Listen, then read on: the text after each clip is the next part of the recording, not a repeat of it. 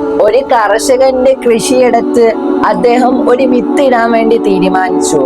എന്നാൽ ആ വിത്ത് വിചാരിച്ചിരുന്നത്, എന്നെ കൊണ്ട് ഇടുന്ന സ്ഥലം നല്ല സുഖകരമായിരിക്കും, എനിക്ക് അവിടെ നല്ല രൂപത്തിൽ താമസിക്കാം, എനിക്ക് നല്ല കാറ്റും മലയും വെള്ളമൊക്കെ കണ്ട് നല്ല രൂപത്തിൽ സന്തോഷത്തോടെ കിടക്കാമെന്ന് ആ വിത്ത് വിചാരിച്ചിരുന്നു. എന്നാൽ ആ കൃഷിക്കാരൻ മറ്റൊരു പ്രവൃത്തിയായിരുന്നു ചെയ്തിരുന്നത്. ആ വിത്തിനെ കൊണ്ട് ആ മണ്ണിന്റെ അടിയിലേക്ക് കുഴിച്ചിടുകയുണ്ടായി.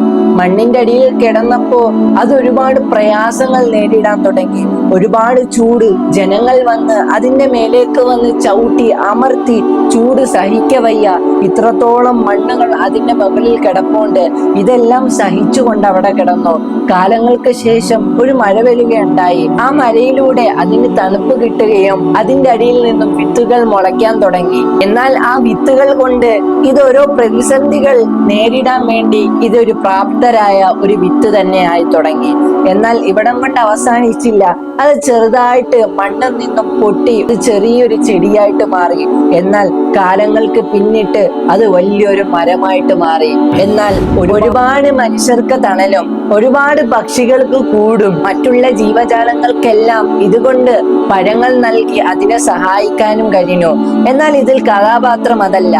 ഈ ഒരു മരം ഇത്രയും നിലക്കെത്തിയിട്ട് ഒരുപാട് പേർക്ക് ഇത്രയും തണലും കാര്യങ്ങളും സഹായം നൽകിയപ്പോൾ അതവിടെ നിന്ന് ചിന്തിച്ചത്, ആ കർഷകക്കാരൻ ആ വിത്തിനെ കൊണ്ടിട്ടത് ഒരു കൂരാക്കൂരി ഇരുട്ടിലായിരുന്നു.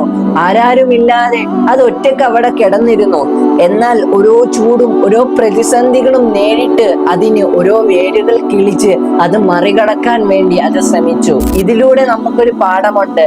എന്താണെന്നറിയുമോ? അല്ലാഹു സുബ്ഹാനഹു വ തആല നമ്മളെ ജീവിച്ചിരിക്കുന്ന സമയത്ത് നമ്മൾ മനോഹരമായിട്ട് നമ്മൾ ചെന്ന് കയറുമെന്ന് പ്രതീക്ഷിക്കുന്ന സ്ഥലത്ത് അള്ളാഹു നമ്മൾ ഇരുട്ടിലേക്ക് കൊണ്ടിടും. ഒരുപാട് പ്രയാസത്തിലേക്ക് അള്ളാഹു നമ്മൾ കൊണ്ടിടും. പക്ഷെ അത് നമുക്ക് വലിയൊരു മനോഹരമാവും എന്ന് നമ്മൾ ഒരിക്കലും പ്രതീക്ഷിക്കത്തില്ല.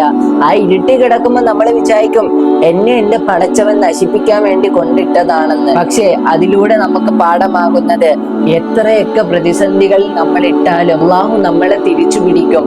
അള്ളാഹു നമുക്ക് താങ്ങാൻ പറ്റുന്നതിലപ്പുറം ഒന്നും നൽകുകയില്ല. ആ വിത്ത് ഇരുട്ടിലേക്ക് പോയപ്പോഴാണ് ആ വിത്ത് ഒരു വലിയ മരമായത്. അതുപോലെ നമ്മൾ ഒരുപാട് പ്രയാസത്തിലേക്ക് പോകുമ്പോഴാണ് അള്ളാഹു നമുക്കത് മനോഹരമാക്കി തരുന്നത്. അള്ളാഹു സുബ്ഹാനഹു വ തആല വിഷമങ്ങളും പ്രതിസന്ധി ഘട്ടങ്ങളൊക്കെ നേരിട്ട് അള്ളാഹുവിലേക്ക് മടങ്ങി നല്ലൊരു ജീവിതം മുന്നോട്ട് കൊണ്ടുപോകാൻ, നല്ലൊരു സമാധാനമുള്ള ജീവിതം മുന്നോട്ട് കൊണ്ടുപോകാൻ അള്ളാഹു നമുക്ക് തൗഫീഖ് നൽകി അനുഗ്രഹിക്കുമാറാകട്ടെ.